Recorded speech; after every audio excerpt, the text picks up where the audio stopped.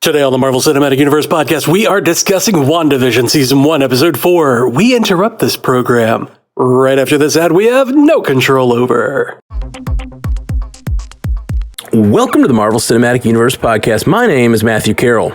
And I'm Jeff Randall. Jeff Randall, how you doing, buddy? Man, this is such a good day. It's Friday. You know, on Monday I was so down because it was Monday, and I didn't know why, but it's Friday, and I'm here for it. Am I right? It's WandaVision Day. I am so here for it. And I think that Rebecca Black song is going to become like our anthem. If these continue to drop on Friday throughout all the series this year, Rebecca Black is going to be our anthem. We're going to bring it black. I'm so disappointed. I was disappointed in that pun before I said it. Yeah, I get that. Our producer today is Matthew Fox. How you doing, bud? Thanks. I'm good. I wasn't able to watch the live view with you, but I caught up a few minutes later. Really enjoyed this episode. Looking forward to talking about it. Me too. We're so excited about this episode. But before we get started, I did want to just thank everybody. Last week I mentioned the YouTube channel, and yes. I said, help us get to 400. And I said that, and then we jumped almost to 500. So we are now almost to 500. So thank you very, very much. Those of you who subscribed, really, really, really appreciate it. Also, we wanted to mention up top, this week we are starting a new season of trivia. We actually gave away a PS5 on Wednesday night. Congratulations to Theo on Twitch. AKA Brad Casper. Yes, Brad. We gave away a PS5 for the first season of trivia. We're going to be doing something similar. We're thinking either a PS5 or possibly an Oculus for season 2, and that's going to start Wednesday night, 7:30 Central. One of these. Twitch.tv/StrandedPandaTV. And we'll probably announce the prize on next episode of MCU Cast. But I just wanted to mention those two things. Thank you for subscribing on YouTube, everybody, and come to trivia on Wednesday nights. Let's freaking talk about WandaVision. Yes. First off, let's just say it. I called this shit. I think we all called it. Well, I specifically said that I thought episode 4 was going to go back to the beginning and tell the story from the other people's perspective. Yeah. And it did. And even better than that, it did something I did not expect at all, which is started at the blip, the return, man. Yes. Oh my Lord. I'm like getting chills thinking about that scene. Oh my God. Okay, so I didn't want to say anything while we were all watching the episode in the Scener live watch, but I woke up super early this morning and I went and watched it on the 4K TV in the living room. Oh wow. And when that came on and it was in super high definition and all the particles coming together, I was like, oh no. I started to piece together all of the things that we had talked about when people come back. Are they on planes? Are they on I thought she was on a plane at first. Yes. And then we saw the flat hospital bed, and we had heard before then, no, I'm staying with my mom. We heard the phrase Lieutenant Trouble come in. Right. And oh my God. All of that coming together, I was like, oh shit, I forgot about hospitals. And if people, have died in that 5 years. Her mom died in that 5 years. She didn't get to say goodbye to her cancer-ridden mother. So freaking tragic. And the thing is, she comes back and says, she gets out today. She's done. Oh, she gets out today. Oh, that hurts so bad. It hurts so bad. And not to bring the levels way down from the energy level we're at now, but and it really was the whole thing they said, people were blipping back and they were like, we don't have capacity. We can't handle this. We don't have the people here.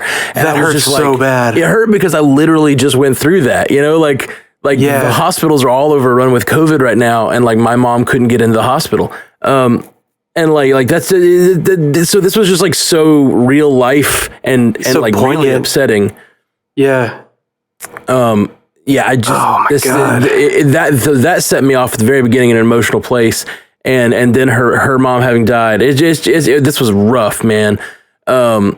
So yeah, it was crazy opening scene, but I was absolutely, as a fan, blown away by the opening with the return of the snap, because we never really saw that.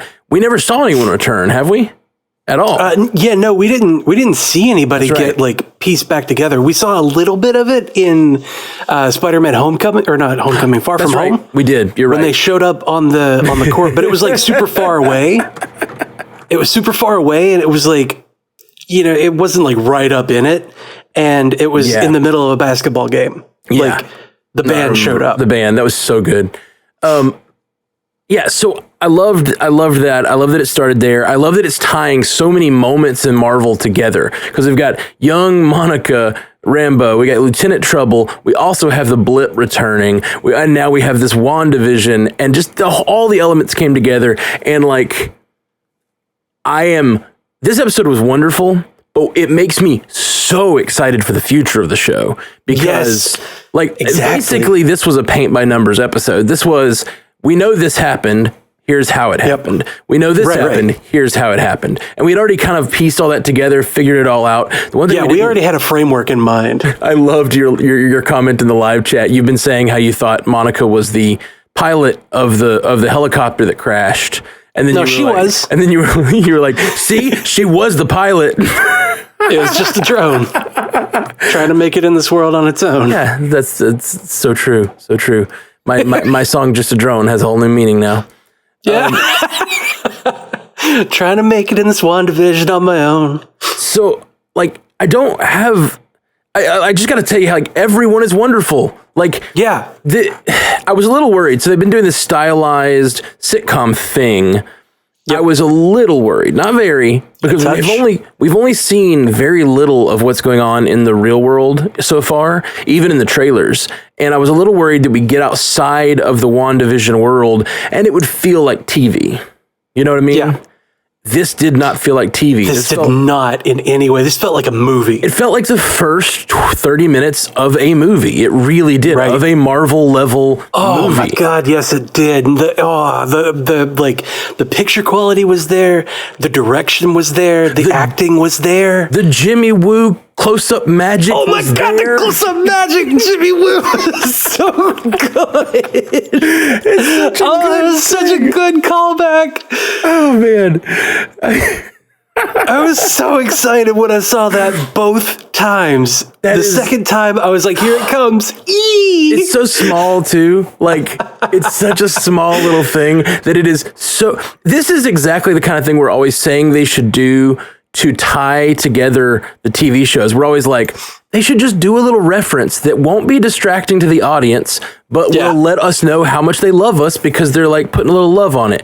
Yeah, because they're doing like the Salt Bay thing of just sprinkling it on, right? Sprinkle the Salt Bay. Him flipping that card up it's kind of the opposite of the Salt Bay, actually, now that you mention it.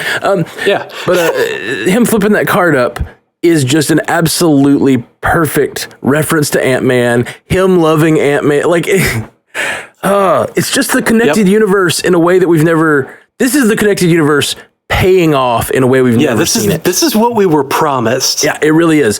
Monica, Wu, Darcy, 3 completely different franchises within Marvel that none of them have been part of an Avengers movie. Like, this is a team up of a lot of the smaller characters coming into this show, and then them looking into the show and being like, we know those guys from the TV. You know what I mean? Like, yeah, like, is that... Oh, it looks like her.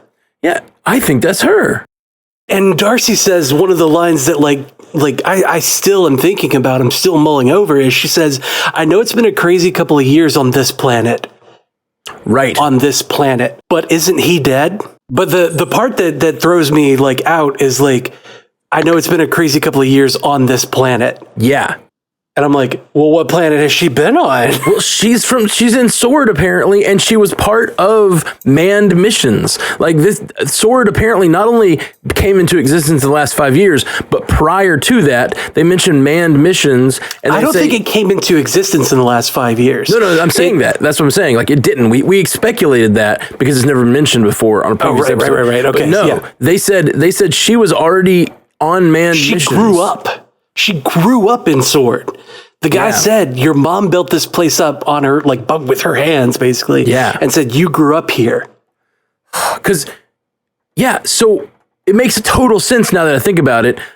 Her mom, Maria, was there for Captain Marvel and met Talos and met all those people. So I'm guessing Sword is and we know that Fury is out in space with them. So I'm guessing Sword is based in the Skrull world. Like the Skrulls sort of like help them attain the technology and all of that, which I freaking love. And that tie together is perfect. And the fact that Monica has been a part of it. She met Skrulls when she was a kid and she literally just grew up in this. This is so freaking good.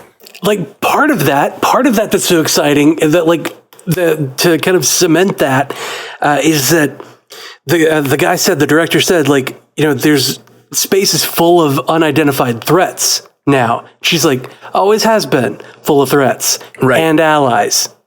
Yeah. And like at first, on first viewing, I was like, she means Captain Marvel, obviously. But then I was like, no, wait, no. She grew up, like she had Skrulls in her life as a little kid. Yeah. And then they became friends with those Skrulls, and then like, holy shit, that's what she's talking about. Well, it's actually, I think it's both, but it is literally her ethos. Like she grew up, everyone feared these Skrulls. Like in that movie, they thought the Skrulls were bad, and she was there for the moment when they realized these Skrulls, they look bad, but they're not. It's the moral of Men in Black. You know what I mean? Like it's that thing where you go like, these things look crazy, but they're people just like us, you know? Right. Oh, that's a big scary monster. No, that's just Ted or whatever. I forget the guy's name. The first thing I was thinking of was like, oh, you know this guy's an alien. Yeah, if you don't like it, you can kiss my furry little butt. Yes, exactly. Like that's the sort of moral of the whole Men in Black series is like people look weird, but everyone's... Yeah, don't judge a book by its cover. Exactly. It's lovely. I love the Men in Black movies, except the new one. The reboot, they actually like kind of have the opposite. Like they have the weird looking guys are always being picked on for looking weird. I don't like it. Anyway, that's not important right now. We just saw a really cool episode of WandaVision. Stay on target. Stay on target. Stay on target. Stay on target. You mentioned that line about this world. The line that blew me away was they confirm sentient weapons. Yep. That's big. But so they confirm sentient weapons, but it doesn't take away from the fact that Sword is dealing with galactic threats. So it's both. In space! Sentient weapons in space! So we have sentient weapons, but here's the thing. She said that and help me if I'm not getting a reference here, but she said sentient weapon, and he said, you see it says it on the door, sentient weapon, and she says... But it also says observation and report. It doesn't say creation. Did you hear that? I did. I did hear that. So what did she just learn? What in the last 5 years have they started creating? Well, he said like we've changed from manned missions, and now we're on nanotech, robotics, AI. And that is like those three things are Tony Stark. Holy shit, Ironheart is going to be put this on the board, Matt, right now. Put it on the board. Ironheart, Riri Williams is going to be a part of Sword, maybe like an internship. Okay. Because of the nanotech, AI, and the robotics. Absolutely. She reverse engineered Tony's suit in the comics. Like that's how she became Ironheart. Right. I think that on top of that, what you're saying, I think that could be that Riri. I think Riri might be something separate. Like she might get it a separate way, but it does seem like they're taking on Tony's tech possibly, and they're using it to explore the galaxy. But what does that mean? AI. Like if they have his advanced AI and his nanotech and all this, and she said not creating, like, are they creating basically like visions or some sort of like robotic tech and sending them out into space? And she seems worried about this. Monica seems like, no, we're not supposed to be sending weapons out into space. Like that is such a small line. She says, we're not supposed to be creating it, or like it doesn't say creating it. That is such a small line, and it means so much. And what does it mean? And what are we gonna do? What are we gonna do, Jeff? I don't know, man. I don't know what we're gonna do. I think that little line means a lot, and it means there's some sort of crazy program, and we may not know about it. I don't know of anything that's been announced, maybe Armor Wars, but like that will tell us that story. And I'm like, tell me that story right now. Well, that's the thing. That's the thing, Matt. You're on it. You're exactly on it. It's Armor Wars, because Armor Wars was about what happens when people get their hands on Tony Stark's tech. Sure. That's and right, so Ironheart is where Riri Williams reverse engineers his tech. But like, what if bad people get their hands on his tech, and then Rhodey has to fight against that, right? Yeah. But Rhodey is going to be in league with Sword, because Sword is also doing that, and so he's got to get Sword back on the right track and use their resources to go and fight against the people who are bad that are taking Tony Stark's tech and doing bad things with it. See. And that may be, but I was under the impression that Armor Wars and Ironheart would be Earth-based things. I may be wrong. They could go anywhere, Matt. They could do anything. Yeah, I know. So either one of those two things is in space or related to Sword somehow, or we have a whole different set of heroes and villains out in space that we get to encounter soon. Maybe there is a Sword show. Who knows? Maybe both, but like the crazy thing, like, okay, so that whole sequence of Rambo going back to Sword and talking to the director, like, there's so much packed in there that, like, I think that whole thing was like, yeah, this is a little bit of backstory on Rambo. This is, kind of her. Like, he's director exposition at this point, but there's so much for the future that's packed into that. There's so much just crammed in there. I totally agree. That we're just going to see keep coming back and keep coming back. This episode, I mentioned at the top, there's not much new in the way of this story. But like this whole episode in a way is like episode of pure exposition, because we're getting like what's been going on in the background, like literally what we've been saying we wanted for 3 episodes. But honestly, I am so glad they did what they did. This is perfect. This is absolutely perfect. Like, this is the episode that makes the stratification of possibility. Like, this is what breaks us out into everything that could be. Because we have all of this packed in, crammed into this one little scene that we can just be like, oh, that could lead to that, could lead to that, could lead to that. That probably going to lead to that, links to that. Like, there's so much. Yeah. There's so much, Matt. I'm with you, man. We haven't even gotten to talking about Dr. Darcy Lewis. Yeah. Dr. Darcy Lewis. Doctor, do you concur? So stupid. Oh my God. Okay, and the other thing we haven't gotten to, which I can't believe because I feel like it's the headline of this episode, it's all Wanda. It's all Wanda. The last line of the show. That being said, they still left it open by not putting on the board. Agnes's picture was not on the board. Agnes's picture was on the board. Agnes's legal name and driver's license were not on the board. Right. Which is a huge, that's what I meant, sorry. The FBI can't find her identity, so is she something other? Like, it still leaves both options open for someone other. Exactly. The Agatha Mephisto stuff is still a possibility, but as far as we know now, Wanda is the villain. And so now we get to go forward for the next few episodes at least with Sword trying to face off with Wanda and like going forward. And I don't think there is anything at all that we have seen past this point. I think we have seen everything we've seen, right? No, I'm sorry. There's a couple shots of them in different time periods that we haven't seen. Yeah. Like there's a couple of things in the featurettes and the trailers, like where Wanda's like sitting on a chair, like staring into the camera, documentary style. Yeah. Like, I'm fine. Really. I guess the other big thing we have seen, I was trying to think of things we've seen that are like, kind of give us a sense of the plot. Because up till now, I feel like Halloween scene. Well, see, that's plot. That's not very plotty though to me. The big thing we do have that's plotty though is the word plotty is weird. I'm sorry. I apologize. But the big thing we have is revealing of the plot is plotty.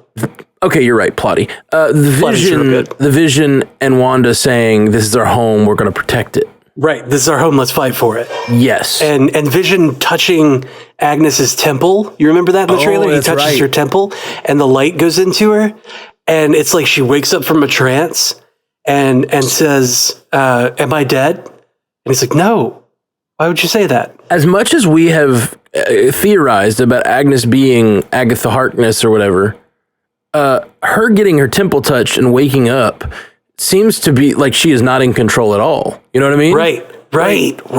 Oh, and I don't know how over the past 6 months of talking about the show we haven't talked about that, but yeah, like that seems like it completely undercuts the Mephisto and Agatha Harkness theory. It sort of does. Sort of does. I just want to jump in there and say Chat has been talking a lot about Agatha, and someone had asked if Agnes is Agatha Harkness and what we felt about that.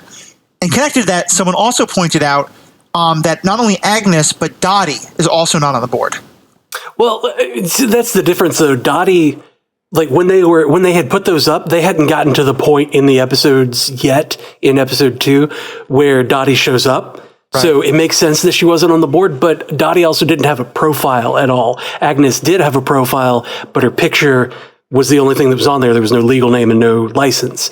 So Dottie may show up on the board in the next episode, and we may see her license get added and find out who she is. But right now, it makes sense that she's not on there, or that she wasn't on there. Okay. Speaking of the board, though, there's one thing that I wanted to point out, because I saw this in the little trailer clip teaser, whatever, yesterday, and I did a bunch of enhance, and we talked about it in the Facebook group. Yeah. But on, he said Abalash Tandon is Norm. And he puts it on the board. And they've been writing everything about these people. So somebody wrote notes on it. In the notes section, it says, Abalash expresses concern for his, and I think it says father or mother and sister. And it looks like it's, most of it looks like it says, this information was obtained when Vision awakened him. Is Wanda controlling a whole town? Physical safety of residents is now in question. When Vision releases him, Abalash becomes Norm again. Oh, okay. When Vision awakened him. That was all on the board? That was on that profile, yeah. Wow, I didn't see that at all. Okay. Whew, that's a lot. Yeah, I had to do a lot of freeze frame enhance. Oh, and this was after This was on your first watch. I was like, how did you get that on this watch? We just watched it. No. It was on the trailer that they dropped yesterday. Oh, I didn't watch that. I deliberately didn't watch it. Anything that comes out the week of a thing, I basically ignore from Marvel. It was just a picture of the board that we saw today. It was already there. Wow, that's huge. Why would they release that? I'm so glad I didn't see that. So glad I made the right call. I made the right call. Oh man. Okay. Let me just say, Darcy is Bay. Darcy is Bay. Yeah, Darcy is 100%. Bay. Oh my gosh. I'm real close to shipping Darcy and Jimmy. Darcy Woois, Matt. Didn't they talk about Jimmy having a family, or at least a partner when he was in Ant-Man? Maybe. No. Maybe. I don't know. I don't think so. He said I've thought about it. I've thought about it. About a little Jimmy Woo, give him a badge. Oh, you mean a chip? Yeah, that was very funny. That's so cute. I loved their dynamic. I love Darcy. I love her coming in. The pods thing she said was so good. What'd she say? You guys look like the type that would have those little pods around. Yep. That is such a good joke. Those little pods. She's calling them basic, is what she's doing. Yeah, yeah, basic. Yeah, basic. It's just a great joke. Just a great joke. It is this whole thing, the introduction of all these characters was Marvel movie level introduction and Marvel movie level comedy, all of that. It's gold, man. This is gold. This was a phenomenal episode. I've liked all the episodes. I think that they've all been amazing, but this is what I wanted. This is the show I wanted, and this is the show that we're getting now. And I just can't say enough about how excited I am. And if this sets a precedent, right? If this is the quality of TV that we're going to be getting from the Disney Plus shows, from the Marvel Studios Disney Plus shows, the entirety of the world has to compete at this level. no other TV is going to be like, I can't watch other TV now because this is just too good. It is at as high a level as like the best TV I've ever seen. And you know, like, sure, other stuff might have a little more gravitas in the like drama realm or something, but this, like, just the acting level, the comedy chops, the production level, it's all just perfect. Like, there's just nothing wrong with it, and I freaking love it. You know, Darcy came up with the device to try to send a signal to the radio. So, you know, we got confirmation that it was Jimmy Woo. Yes, we did. On the radio with a Wanda, can you hear me? Sorry. And but then we saw like all of the rewinding, all of the and like all the things where, you know, reality kind of gets broken. Oh, yeah, it edited it. For Wanda, it gets edited on the broadcast. It gets taken out. Also, it seemed like this was happening way faster in the real world than days. Like, it seemed almost like this was happening episode length in their timeline. Like, it almost seemed like this had only been like an hour and a half or something. Well, I'm really not sure. You know, to be fair, like, we're not sure. It's been 24 hours since Rambo got sucked in, that they brought everybody in. So it looks like it was a few hours after that everybody actually started, you know, taking in the information. But we did see a couple of shots in the black and white that we hadn't seen already. Oh, did we? Like when they first saw Geraldine. Oh, that's right. The feel that I got from it was that there are other episodes that we haven't seen. Yeah.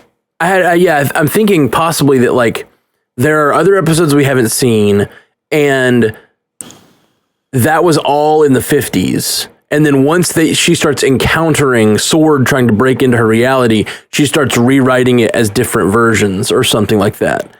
You know what I mean? Like, it was all in the 50s, and then now that she's under attack, she's adapting, and it, like, is moving her through time or something like that. We have to upgrade our technology. Yeah. Maybe. One thing we didn't talk about at all, Darcy's reaction to the TV show, and Darcy and Woo, like, discussing the TV show like it's a TV show. And theorizing, I can't believe she's having a baby. Literally, I can't believe they're having a baby. It's so good. It's just the fact that she's eating popcorn. It's all wonderful call outs to the fact that they are the audience in this episode. They are the audience. They are the one of us. They are us. They're sitting at the desk being us, writing on the board. Literally, the questions he writes on the board: is Vision dead? Are they, you know, is Wanda doing this? Like, it's all questions. Is this an alternate? He says, is this an alternate reality? Is it time travel? Like, these are all things that, like, we've all discussed and batted around and all these things. Right. And it's just, give me my board back, Marvel. Right. So I just need to point out what we're doing. We are a reaction video about a reaction video. Yes. It's so meta. It is so meta. This whole thing. This is Jimmy Woo and Darcy preparing to make a podcast about WandaVision. You know, like, it's just so great. It's so great. Yeah. I felt so seen during this episode. So, okay, the area that Wanda has set up for herself is hexagonal shaped. And that was on the board. Why is it hexagonal? Why the hexes or so whatever? Why the hex? Yep.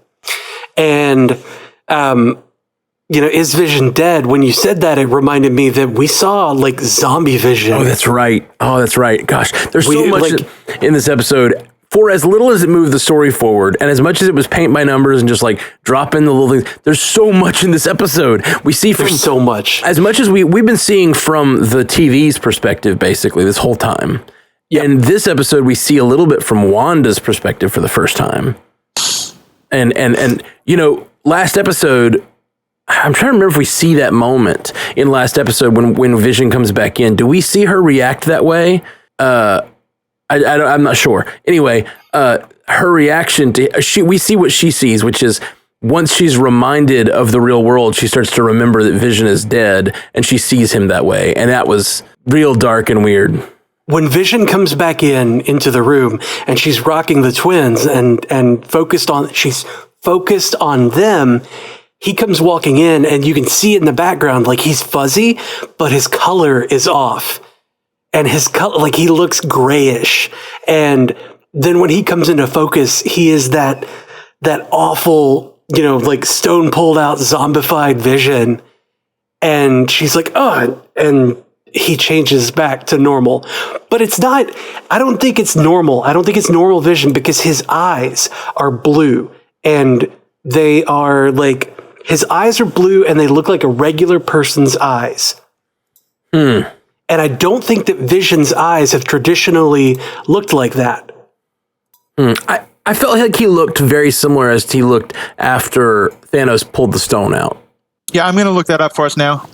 Well, that's what I mean. Like when it was Zombie Vision, like he looked exactly like when Thanos dropped him on the ground. Yeah. But like when she closed her eyes and like fixed his skin, so to speak. Oh, afterwards he had blue eyes.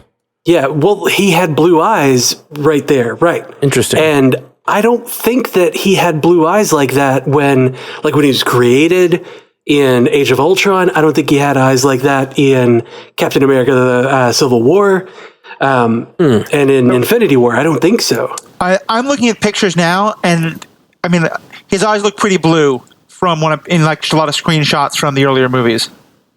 Okay, and I also think it might have just been the coloration of that 70s look, the like Technicolor pop that they gave everything. Maybe what's throwing you off. Just popped it out a little bit more than I'm used to. Just a little collar pop on that blue. Well, let's get into the feedback. How about it? Okay. Mr. Fox, let's bring you onto the screen here and see what we have going on. What's happening in the chat? Sounds good. Well, we've had a lot of great things being discussed. A lot of it was stuff that you all have talked about already, but I'll give a couple of things. First of all, a couple of people want us to talk more about the Skrulls. Are the Skrulls the real enemy? Does Sword know that? We point out that Jimmy Woo writes, are they Skrulls? And R. Brees wrote, Monica referenced allies in space. And he thinks, obviously talking about the Skrulls from Captain Marvel. I hope the next Captain Marvel movie covers her mom's influence on Sword. So yeah, Skrulls. What are we thinking, and how do we think Monica Rambeau plays into that? R. Brees, I love that the idea that the Captain Marvel 2 we've talked about it. Is it going to be future, or is it going to cover the past 20 years or whatever? I love the idea that she could be like going out to space and visiting Earth and seeing her friend as she ages and builds Sword. That sounds like an amazing movie that I would love to see. That would be incredible. Like that gets me. We all know I wasn't the biggest fan of Captain Marvel as much as I was other Marvel movies. I liked it, but I haven't been as excited about the sequel as I am for other things. But that makes me so excited. The idea that they could be like building Sword and the Maria Rambeau being involved. Yeah, that sounds awesome. Good call. Yep. And not just that, but Teyonah Parris, the Monica Rambeau of this series, is also going to be in it. So we get her phenomenal performance back. Yeah. We could see what leads up to this scene. This episode is like everything I want from Marvel. Like this is not just like a good episode of WandaVision. This is a great moment. This is a good episode of Marvel. Oh, it's so good. It's like so fan servicey and referential to all these things, but it feels like a contained movie that is its own thing. And this is bigger to this is better to me. And I mean, this may be obvious to you. But this is a better moment than Turn from the first season of Agents of S.H.I.E.L.D. You know what I mean? Like up till now, that was the biggest crossover moment to television we'd ever had. It was huge. It was cool. This is better. This is better than that. That's like a high point of Agents of S.H.I.E.L.D. That's one of the high points of Marvel television. And this is better. So Skrulls. Yep. Sorry, we jumped on the Maria Rambeau stuff. But let's talk about the Skrulls. He says, are they Skrulls? I didn't catch that line. No, it was on the board. Okay. He had put it on the whiteboard. Are they Skrulls? We were doing the live watching. If I was watching this by myself, I would have been pausing it constantly. But like, I was trying to respect the live watch. Because everybody, I was like, you guys wait on me. I'm reading the board right now. I want to read all of these questions. Maybe we should do a different live watch tonight and just do like a bunch of freeze frames and all talk about what we see. yeah. Let's all circle back up and be like, okay, let's analyze this frame. Yeah, if we've got 5 hours to set aside, let's do it. Yeah.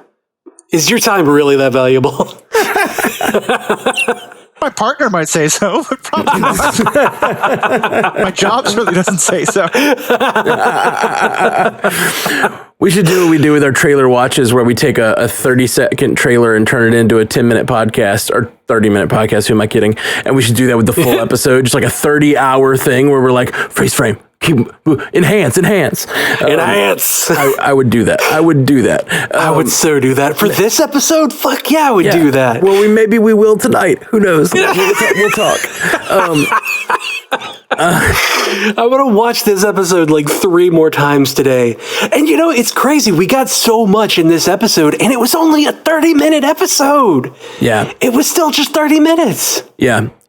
So I like the idea though that was brought up about the scrolls and him putting it on the board. Are they scrolls? Because if they are, if he has the idea that they're scrolls, is that Jimmy's idea or is that Sword's idea? Like the crazy thing about that is that implies that more than just a few people know about Skrulls. Right. Yeah. Jimmy Woo has to know about Skrulls, as is everyone looking at that board. Well, and he's right. Everybody in that compound. That is weird because he's an FBI agent. Like, he's not an agent of Sword. So it's weird that they didn't have that conversation and be, well, I guess it is after the blip. So like, I guess a lot of stuff probably came out during the blip, right? Like a lot of stuff was like, right. Maybe, we don't know, man. Well, we know they know about, they've known about extraterrestrials for a while. But yeah, Skrulls seemed like privileged information up until now, but it does seem like it's at least out in the open here. I'm just surprised we didn't get the moment, and maybe they just didn't have time for it, where they tell Jimmy Woo, okay, we're Sword, by the way, Skrulls are a thing, this is a thing, you know, like a little bit of reaction from Jimmy would have been nice, because at the beginning of this, it seemed like he was just an FBI agent, and then by the end, he's fully involved in a extraterrestrial investigation of a parallel universe and doesn't seem to have that much of a reaction. So I'm assuming that happened off screen. I just have to headcanon that. Someone did ask, did Jimmy Woo ever find his witness? Yeah, right? Because he was investigating a missing witness protection program person, which may have just been a throwaway reason to get him in there. Yeah. But it could also be everything. Agnes! Agnes is the witness protection person! We got it. It's Agnes! It absolutely could be. Maybe that's why they haven't put her information on the board. Oh my God! She's a secret informant or something. There it is! After we think that she's like a witch leading all these characters to like be serving the devil, it feels a little anticlimactic to just make her like a witness. That's yeah, right. But why is she in the witness protection program? Why, Matt? For her witchiness. Look, if I'm testifying against the devil himself, I want witness protection. That is a great point. That is a great point. You're damn right.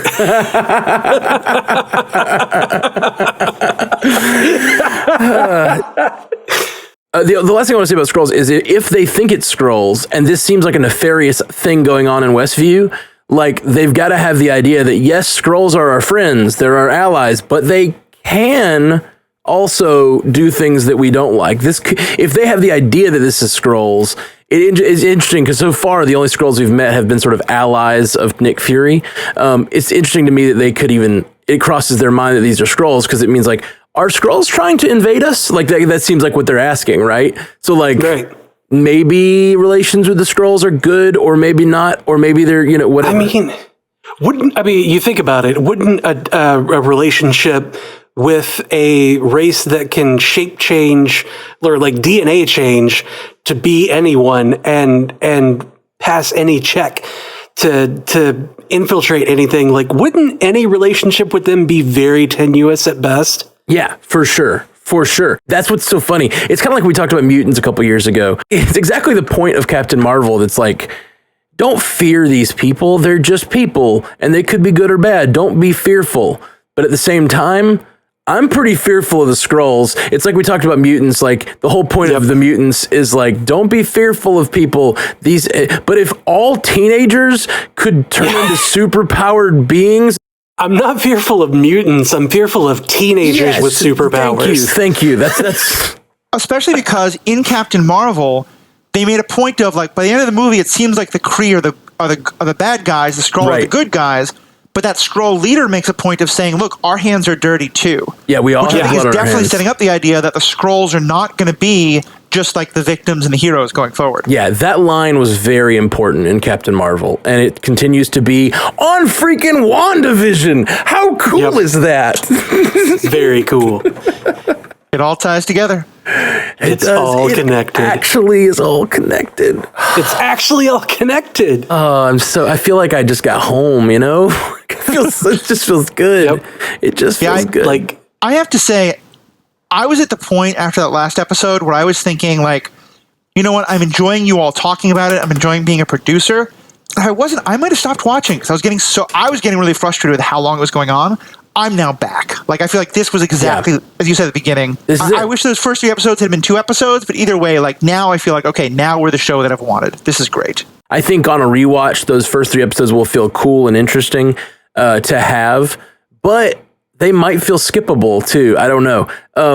I think they're great, but I think for Disney Plus and for the sort of buzz around the show, it would have been better if this was last week, because a lot of people fell off after 3 episodes. We didn't, us, 50 whatever people that have been in the chat didn't, but like, yeah, the critics fell off. The critics and the reviewers, that I guess are like news influencers, they got the first 3 episodes to review. I think it was 4. It was the first 3. Okay. They got the first 3 to review, and like as of last week, we had caught up with them. But they those first 3 honestly could have been the intro. Like that could have been. Those 3 could have dropped in the first week, much the same way that The Boys does. Yeah, again, they dropped the 3 at the beginning.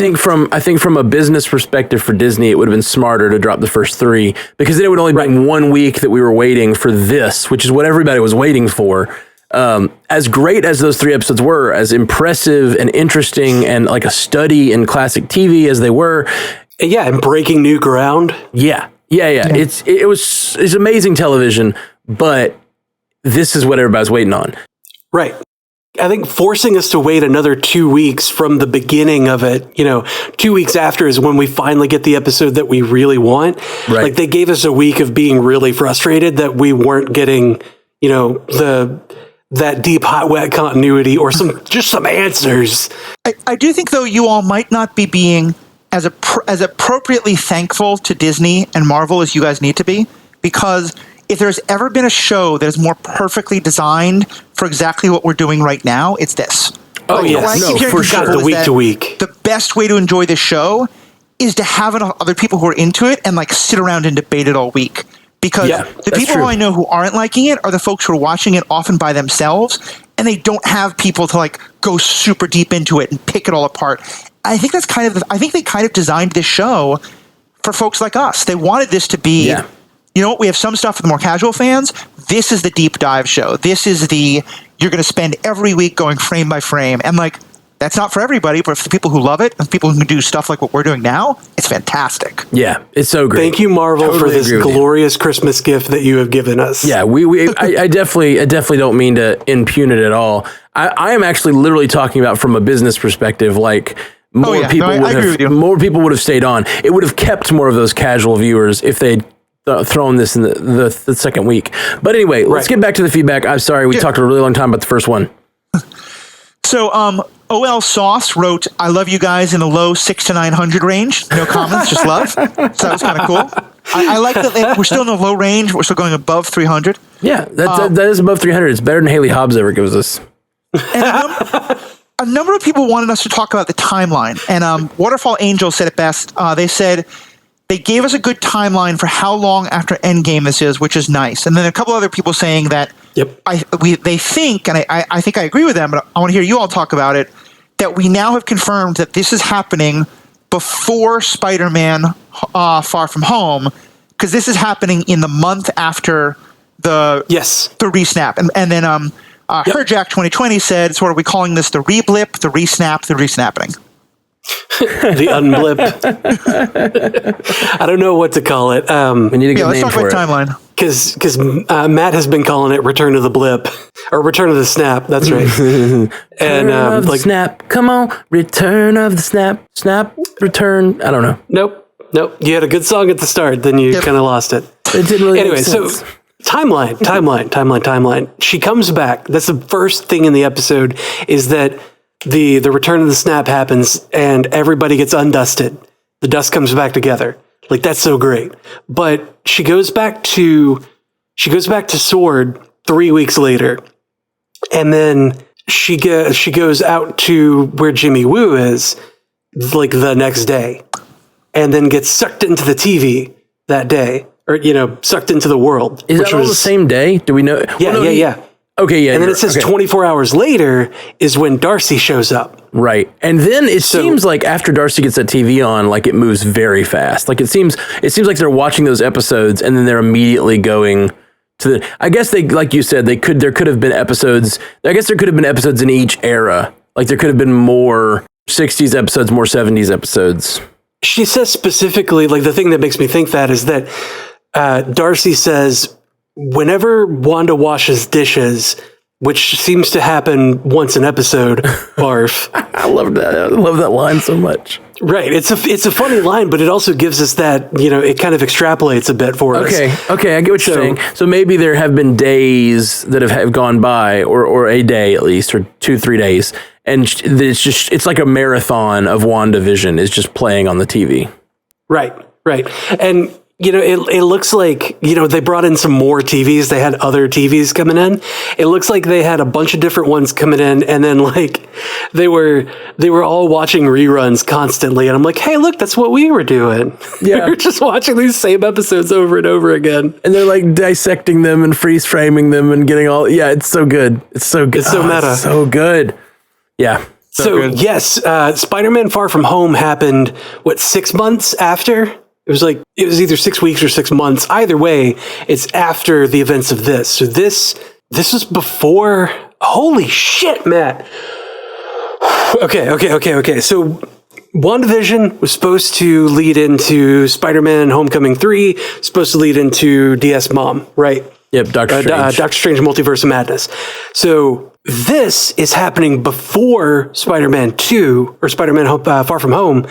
Far From Home ended with his identity being outed and him going, what the shit? Like, that's the last thing we saw. So this show happens before Mysterio. So, like, as soon as that happens, boom, cut off.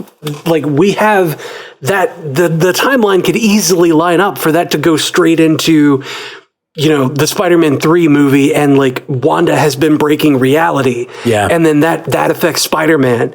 And then Doctor Strange has to get involved. Also, and then into DS Mom. We talked about it when Endgame came out, how when they came back, it was actually like 2022 or whatever. Like, the timeline, we got into the future a little bit. Right. But we're catching up, which is kind of fun. Like, we're probably gonna get caught up where once again the Marvel movies will be falling pretty close to real time. Like, we used to be able to assume that, but for a few years now it's been sort of like, this is kind of in the future. This is maybe not. Whatever. Okay. What else we got? Matthew Fox. I think we keep them coming. So then there's some discussion about, is Vision self-aware? R. Breeze asks, do you think Vision's self-aware and that he's alive, or is Wanda just giving him free will? And then Bear Creature asked, is Wanda using her powers to control what they call the Vision puppet? Given that her origins his origins are the Mind Stone of the MCU, are her powers allowing Vision to access the normal cognition? And so basically this question of, like, I think it's a question we've had every episode, but, like, what is Vision, and to what extent does he have independent thought from what Wanda is creating? It's a great question. I think that is definitely, we don't know is the answer. We have no idea if he has cognition or not, if he's, like, independent of her. But she seems to think so, and she seems to think he is real enough that the thing that does become very clear at the end of this episode, he is the reason she's staying. And that vision of Vision at the end where he's dead, he's clearly a zombie or dead. There's a bit of it going on where, like, she's being reminded that he's dead, and then he asks, we can go anywhere, and she looks at him with that, like, forlorn look and says, no, we can't. This is our home. And that is because I think it's pretty clear that's because she knows if they leave that environment, he does not survive. She can't make him survive outside that reality. She is holding this entire reality together to keep him alive. So that she can live with him. Yeah. Oh my God, Matt, that's going to make it so much worse when he says you have to let me go. I mean, it's the framework all over again, right? Oh yeah, it's Mac in the framework. It is kind of Mac in the framework, except maybe this time she will use that machine like they should have done with Mac's daughter and bring her out with all the superpowers. Yeah, right? Sorry. Agents of S.H.I.E.L.D., everybody. Waterfall Angel points out something in regard to this whole idea of the stones. And they say that they reference that the radiation is radiation left over from the creation of the universe. The Infinity Stones created the universe. Oh my God. Oh, yeah. Oh, that's what's happening. Oh, okay. What do you mean? Is she putting the stone back? She's pulling all of the atoms of the Mind Stone back together, because Thanos said he reduced them to atoms. So she could potentially be pulling in all of the atoms that were the Mind Stone to put them back together and fix him. Yeah, it's possible. It is possible. Or it's just the idea that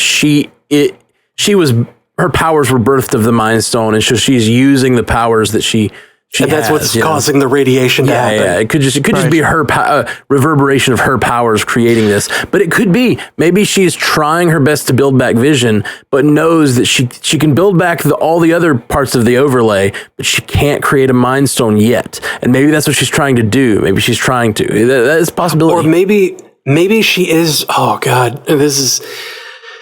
It's so sad for the future, but like maybe she's trying to put the Mind Stone back together, but the more she does it, the more energy she expends toward it, the worse reality around her becomes, and like the bigger it gets, and the worse the world gets, and like she's breaking more and more, and she eventually is forced to give up if she wants to save reality, because like either you break everything to fix Vision, or you let Vision go. Yeah, exactly. Yeah, I think that is very much what's going on. Is that she is letting herself, possibly lose the whole world just so she can gain a Vision. Oof. Yeah, and actually, that's ADLCPH just wrote in, what if she's draining the people in Westview? So I think, it's that same, like, the harm she's creating to these other people, causing these other people, probably that she doesn't realize. Yeah. And that just connects to something that was pointed out. Her Ajax 2020 pointed out that Wanda's face after she kicked out Monica, it looked like that she didn't know what she had done. That it was kind of I didn't realize I had this power, and now I'm concerned. Yeah, she was looking at her hands. Like she did the red energy like she did, like she's done in the past, and she threw Monica out, and then she looked at her hands with the red energy, and it looked like she was like, oh, whoa, I didn't know that, this is not how my powers work. I didn't know that. And then she uses it to put the wall back together and everything. On first watch, I took it more as I just, like, these hands just committed a crime, and I guess I'm in it now. And like, it was the realization that she had just done something bad and was like, oh no. So I've got a possible theory here. Just on the idea of like that so much of this early on has been about, like, Matt, what you said, like honoring early television and things like that. One of the concepts of most television until like DVR and then the internet was nothing has consequences. Every sitcom, at the end of every episode, everything returns back to normal. And that's been true for all of the things, whether it's I Love Lucy or A Dream of Jeannie or the 70s stuff. So I wonder if there's also kind of a sub thing here of part of why she's living in these worlds is that there's no consequences. I love that. Throwing Rambo out is the first time that something has real consequences. Yeah. I love that. And I mean, we talk about the idyllic world of these sitcoms, and that seems like what she's constructing for herself, this idyllic world that she grew up watching, right?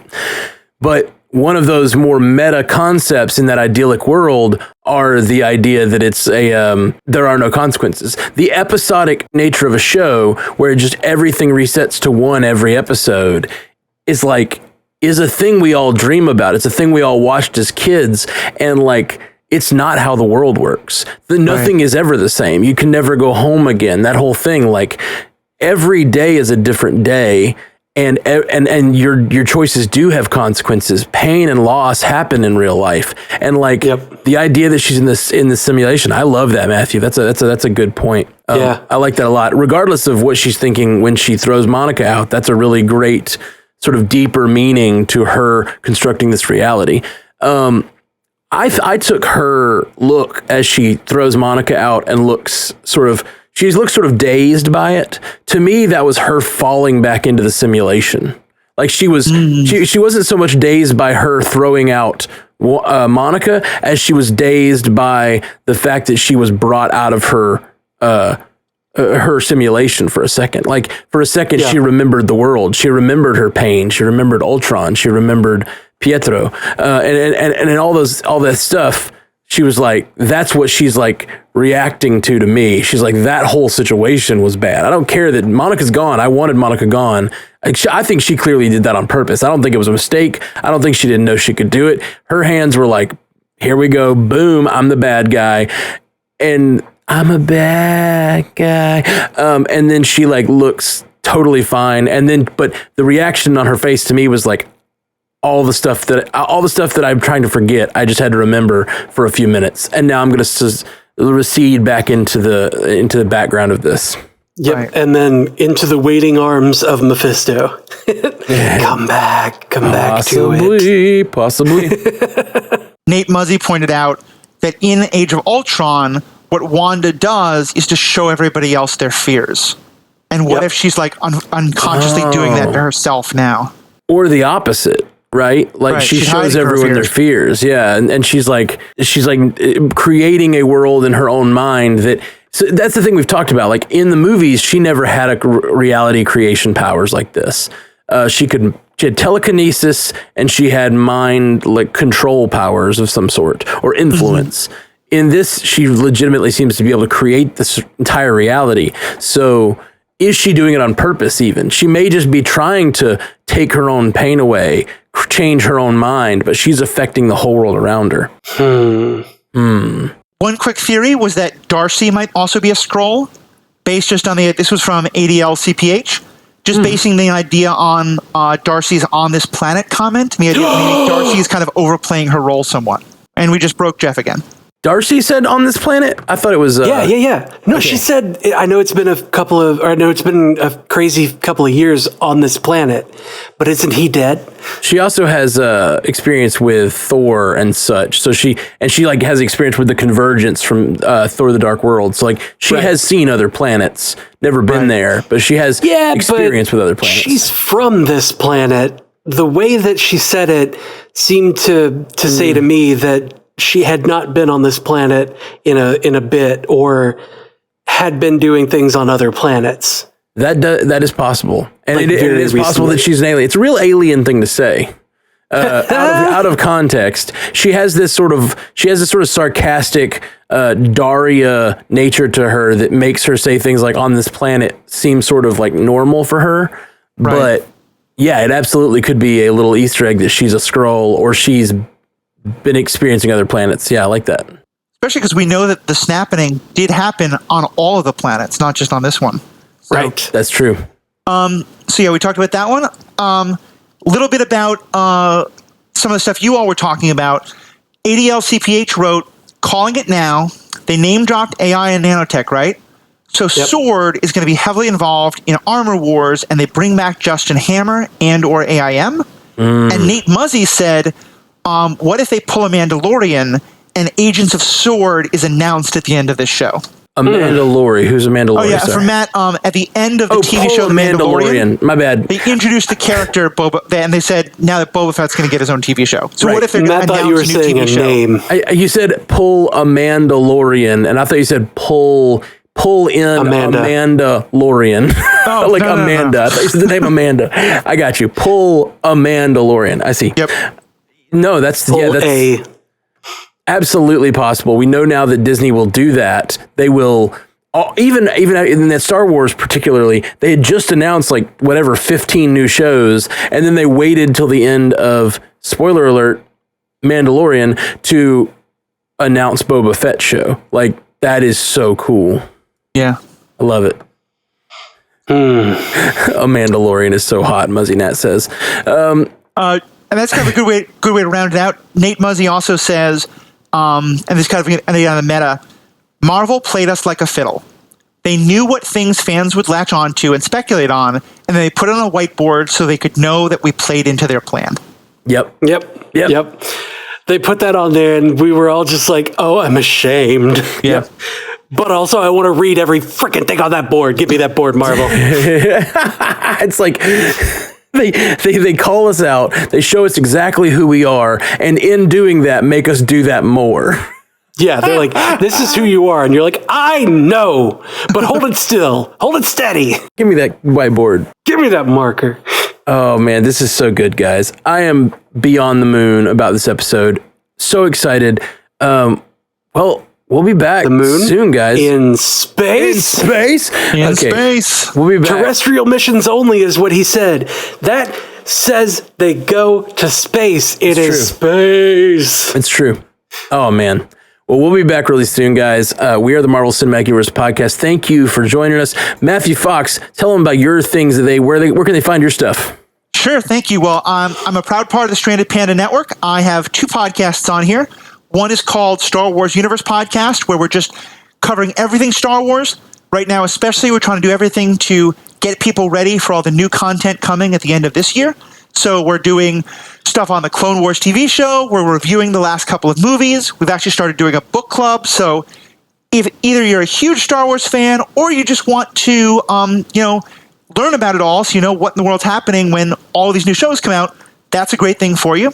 I also run the Superhero Ethics Podcast, where we take a lot of the questions that you all discuss on the MCU cast or the guys on DC On Screen and go a little deeper on the ethical side of it. So, like, we just did a whole thing with Jay Scotty about the character of Doctor Doom and sort of how he is often a villain, but sometimes a bit of a hero or a bit of an anti-hero.